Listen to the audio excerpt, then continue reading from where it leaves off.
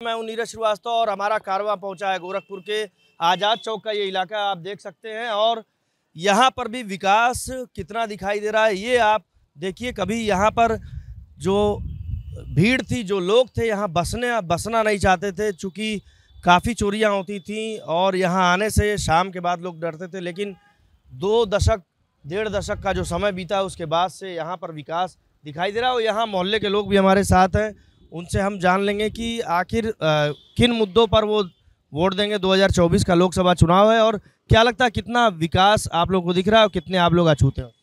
जी, मैं गोरखपुर का आम निवासी, हम बीजेपी को वोट देंगे। बीजेपी ने बहुत विकास किए हैं, हर क्षेत्र में विकास किए हैं। रोजगार के क्षेत्र में किया है, अस्पताल के क्षेत्र में किया है, शिक्षा के क्षेत्र में किया है और हर गरीब तबके का विकास किया है। वो लोकल और मतलब कि मीडियम से मीडियम वर्ग के लिए भी किया है। आप चारों तरफ देख रहे हैं, पहले गोरखपुर में अराजकताएं दुनिया भर की होती थी, माफियाओं का राज हुआ करता था, ये सब खत्म हो गया, सांप्रदायिक खत्म हो गया, ये दंगे खत्म हो गए हैं, लोग भाईचारा है और आम लोग हंस खुल के मेलजोल के साथ रह रहे हैं। इसलिए मैं बीजेपी को वोट दूंगा।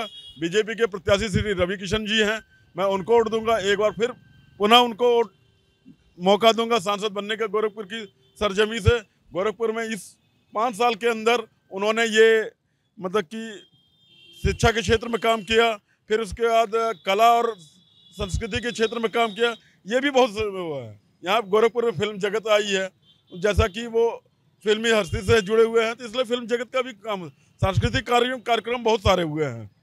आप गोरखपुर के रहने वाले हैं, गोरखपुर के विकास की बात कर रहे हैं, लेकिन अगर यूपी की बात करें तो विपक्ष लगातार निशाना साध रहा है महंगाई के मुद्दे पर, बेरोजगारी के मुद्दे पर, जो नौकरियां उन मुद्दों पर सरकार को घेरने की विपक्ष कोशिश कर रहा है। तो क्या कहना? जी, ये बेकार की बातें हैं। विपक्ष तो विपक्ष है, उसको हम अच्छा भी काम करेंगे तो वो भी उसको बेकार दिखाई देगा। हम साफ साफ कह रहे हैं, रोजगार तो रही है हमारे यहाँ, रोजगार दुनिया भर का है। रोजगार के बाद जैसे कि हमारी जो ये खाद कारखाना खुला है, खाद कारखाने में दुनिया भर के मजदूरों का हुआ है, यहाँ पे गन्ना के क्षेत्र में हुआ है और यहाँ पे गीडा में भी हुआ है विकास। और कल भाई साहब आकाश आनंद आए थे, बसपा के नेशनल कोऑर्डिनेटर हैं, उत्तराधिकारी भी हैं बसपा के, तो वो निशाना साध रहे थे कि जो बात हो रही है बेरोजगारी चरम पर है और नौकरियों में जो जिस तरह से भर्ती आ रही है तो उनको निरस्त कर दिया जा रहा है, इससे नुकसान हो रहा है। क्या लगता है, आप इनकी बात से सहमत हैं? देखिए, बेरोजगारी चरम पे नहीं है। बात यह है कि जो आजकल की जनरेशन है, जिसके पास जैसा टैलेंट है उस हिसाब से नौकरियां दी जा रही हैं, नौकरियां मिल रही हैं। अभी ज़्यादा देर नहीं हुआ, 3 महीने पहले ही हमारे कम से कम 15 मित्रों ने गवर्नमेंट जॉब हासिल किया है। अच्छा, वो कह रहे थे कि पकौड़ी बेचने वालों को भी कहा जा रहा है कि हमने रोजगार दिया, बीजेपी कह रही है, तो भीख मांगने वाले को भी कहा जाएगा कि रोजगार हमने दिया है, तो ये स्थिति आने वाली है। क्या कहना आप? देखिए, मौजूदा जो सरकार है, केंद्र सरकार हो या प्रदेश सरकार हो, उसमें यह कोशिश की जा रही है कि माहौल जो हमारी मन स्थिति है वो बदले। केवल हम सरकारी नौकरियों को ही रोजगार की श्रेणी में न रखें, कुछ ऐसा काम करें और अपने को गौरवान्वित महसूस करें कि हम भी जो है लायक हैं। यह माहौल पैदा किया जा रहा है। अगर आप कहीं कोई छोटा मोटा रोजगार कर रहे हैं, वह भी तो समाज के लिए सेवा का कार्य हो। पहले दौर में वो आपका पेट भी भरता है और लोगों की सेवा भी कर रहे हैं, यह भी तो रोजगार है। इस ढंग से हम क्यों नहीं सोचते? क्या लगता है, आप सहमत हैं इनकी बात से? और अभी एक रिपोर्ट की वो बात कर रहे थे आकाश, तो उनका कहना है कि 30% जो है जो रोजगार की दर है वो कम हो गई है। तो क्या लगता है आप? आप पुराने आंकड़ों को उठा करके देख लीजिए, जितनी भी पिछली सरकारों ने रोजगार दिया था उससे ज़्यादा रोजगार इन सरकारों में उपलब्ध कराया गया। और विभिन्न माध्यमों से भी, जैसे मुद्रा ऋण से दे करके तमाम जो है हमारे जो खोमचे ठेले वाले भाई हैं उनको जो है वित्तीय पैसा दे करके उपलब्ध कराया गया। तो जो आंकड़े हैं वो लोग गलत आंकड़े पेश कर रहे हैं। और जो प्रेजेंट टाइम में आप देखिए, जो पहले भर्तियां होती थी वो एक वर्ग एक विशेष का होता था, अब क्या है कि पूरे समाज की भर्ती होती है और पूरे समाज के लोग जो है रोजगार पा रहे हैं। और इस बार कोई भी मुद्दा, विपक्ष के हाथ में कोई मुद्दा नहीं है जिससे वो इस चुनाव को लड़ पाएँ। काजल निषाद यहाँ से प्रत्याशी हैं, बड़ी दमदारी के साथ चुनाव प्रचार में जुटी हुई हैं, तो क्या लग रहा है आपको, कितना निषादों का जो वोट बैंक कहा जाता है सबसे ज़्यादा है, तो क्या लग रहा है, क्या कुछ यहाँ पर समीकरण बने? देखिए, आप गोरखपुर के संसदीय क्षेत्र के विभिन्न क्षेत्रों में आप घूम रहे होंगे, आपको खुद ही अंदाज़ा लग गया होगा कि काजल निषाद का कहीं नाम भी नहीं लेने वाला कोई है। आप किसी भी कोने पे जाइएगा, सिर्फ एक ही है, पूरी तरह जो है भाजपा में हो गया है, और राम मंदिर बनने के बाद तो एकदम राममय हो गया है।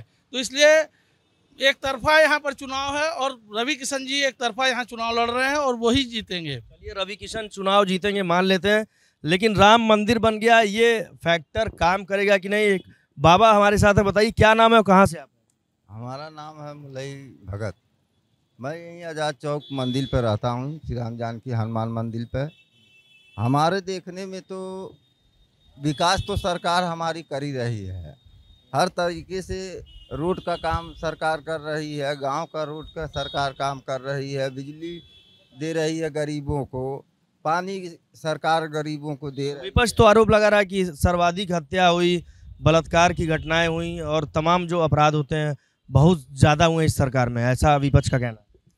देखिए, जो कुछ लोग गलत हैं, गलत काम करते हैं, वो सदा ही गलत रहे हैं और किए हैं, आज भी गलत हैं। कुछ लोग गलत काम करते हैं, फिर भी सरकार उन पर ध्यान दे रही है।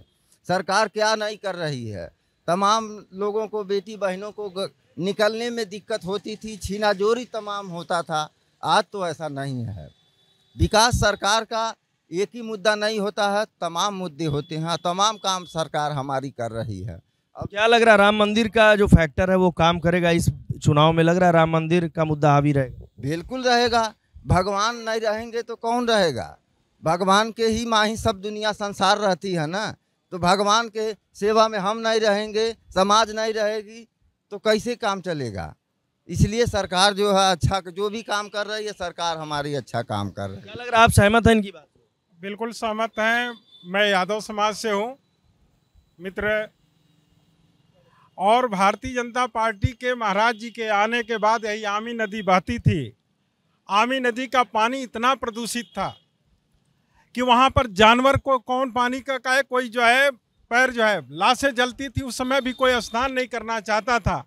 लेकिन योगी जी के आने के बाद आमी नदी का पानी जो है किस स्तर पर जो है बदला। यहाँ पर 5-5 यूनिवर्सिटियाँ महाराज जी ने ला करके दिया।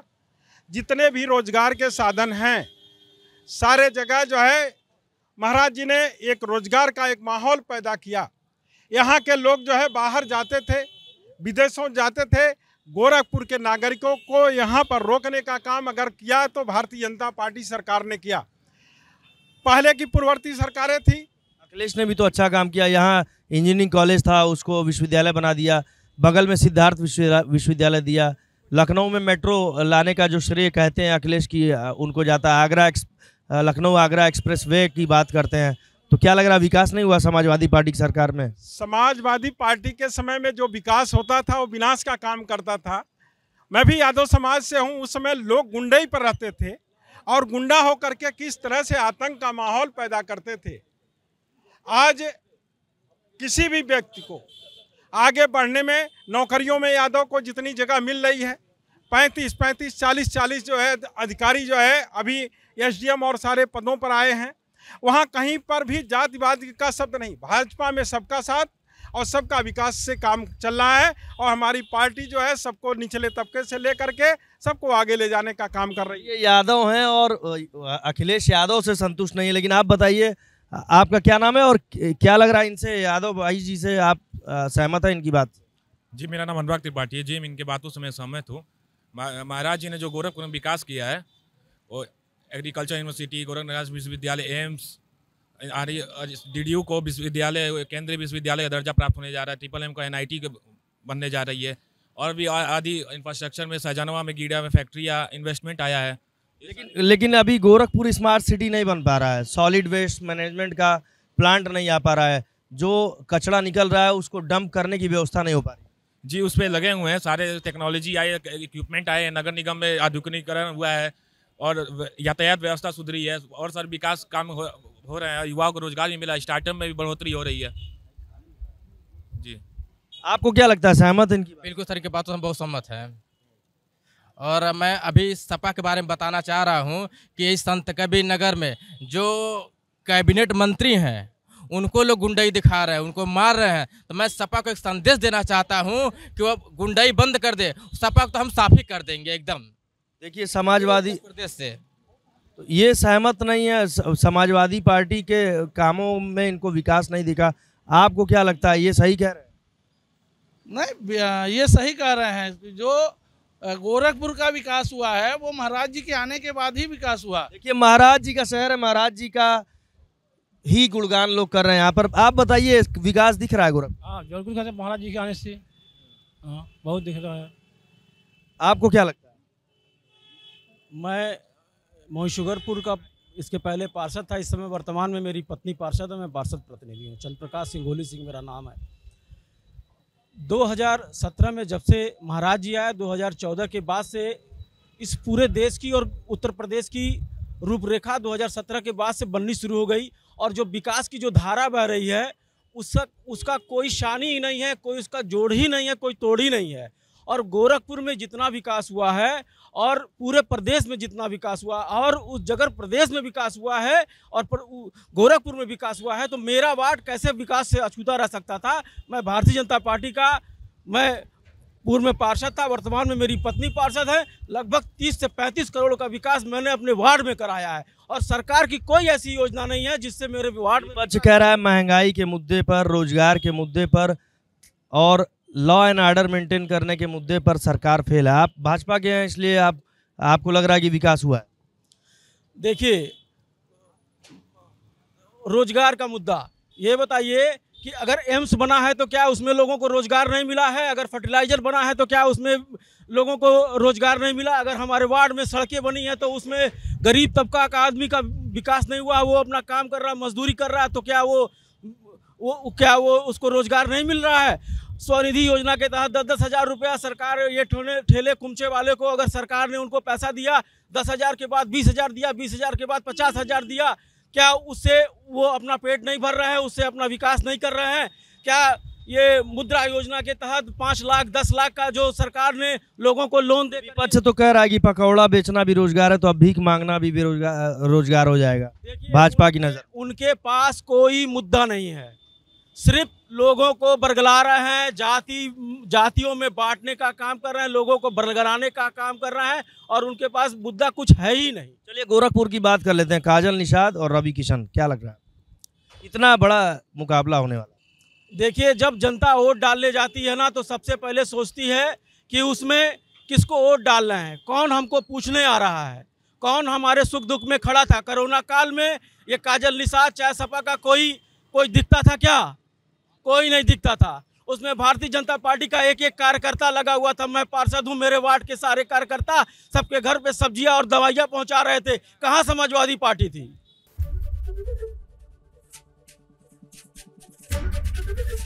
एबीपी गंगा, खबर आपकी, जुबान आपकी।